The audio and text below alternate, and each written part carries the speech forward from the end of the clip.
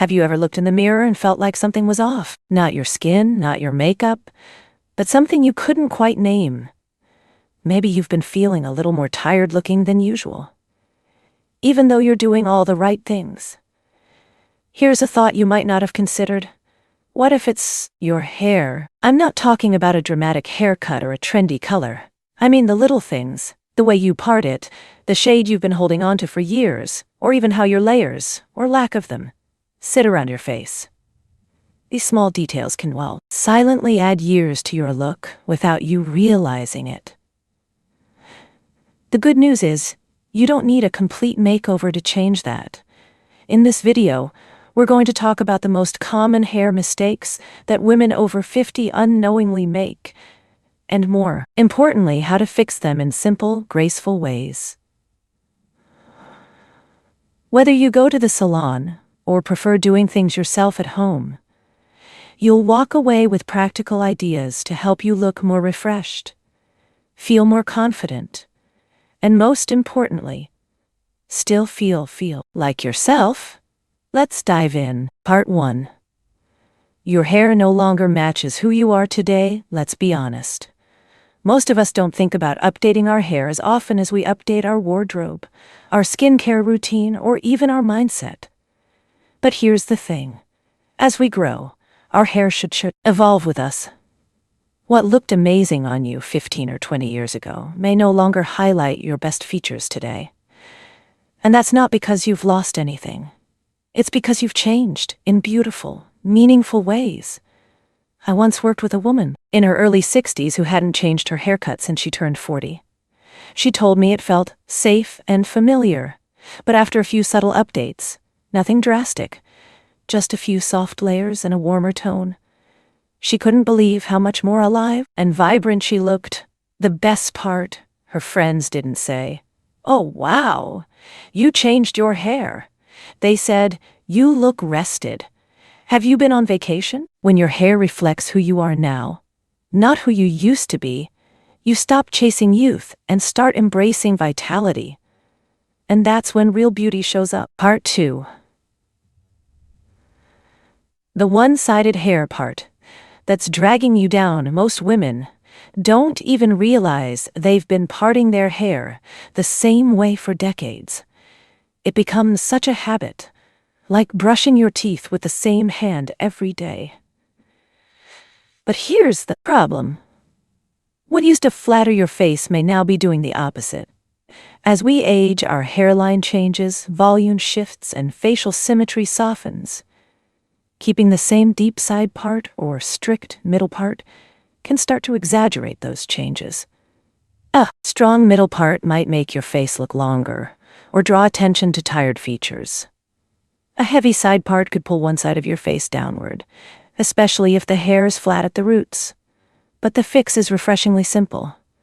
Try flipping your part to the opposite side or move it slightly off-center.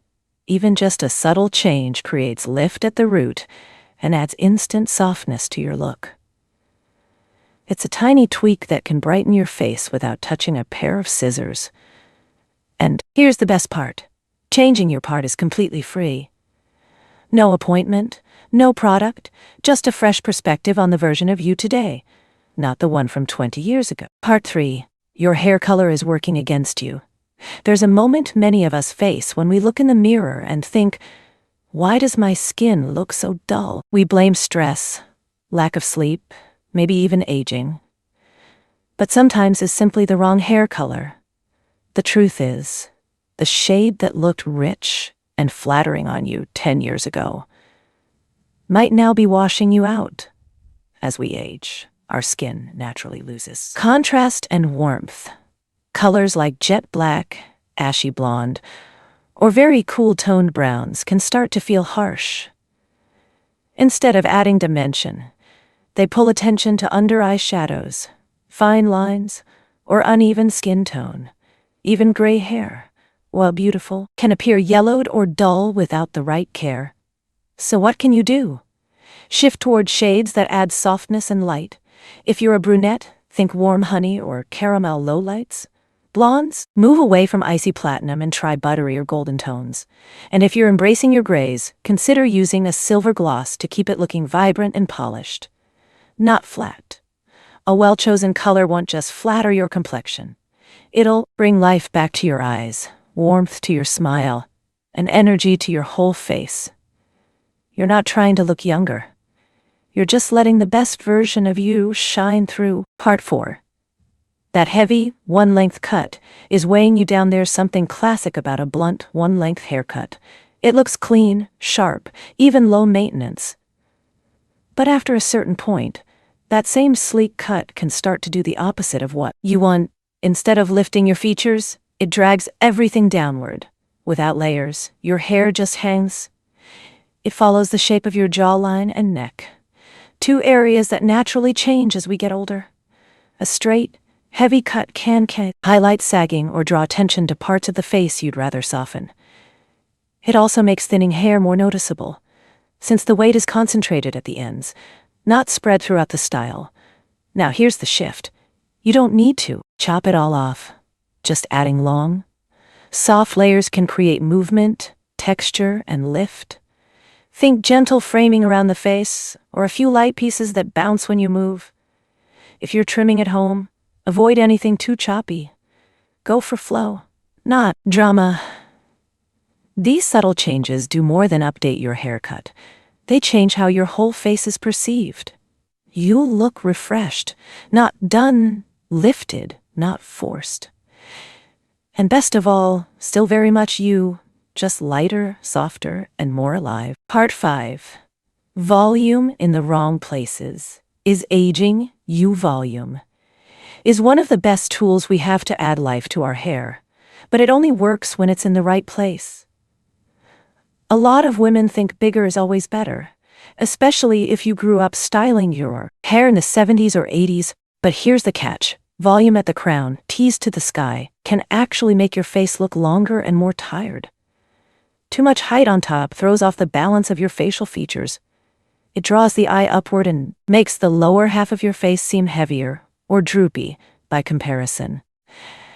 And that kind of stiff, sprayed-in-place volume, it doesn't just look dated.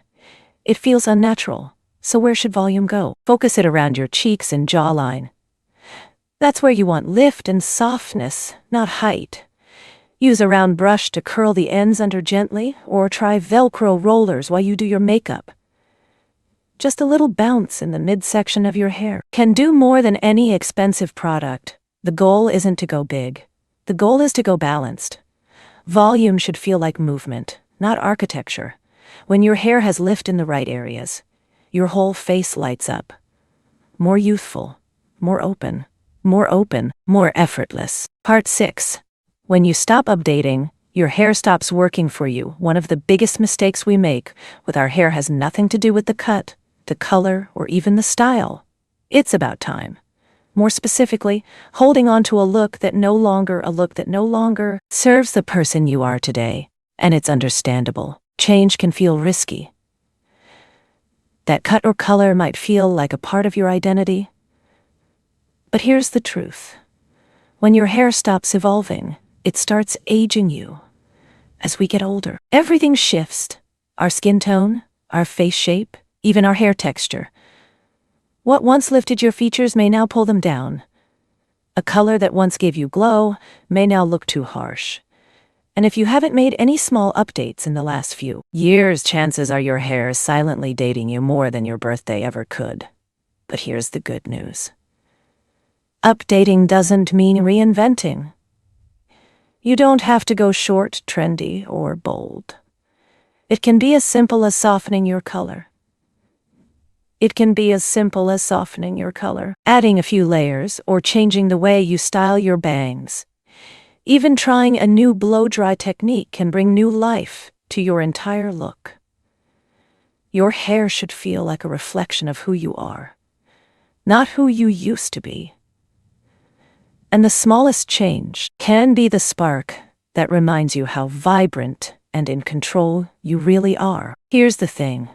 Looking youthful isn't about chasing trends or trying to turn back time.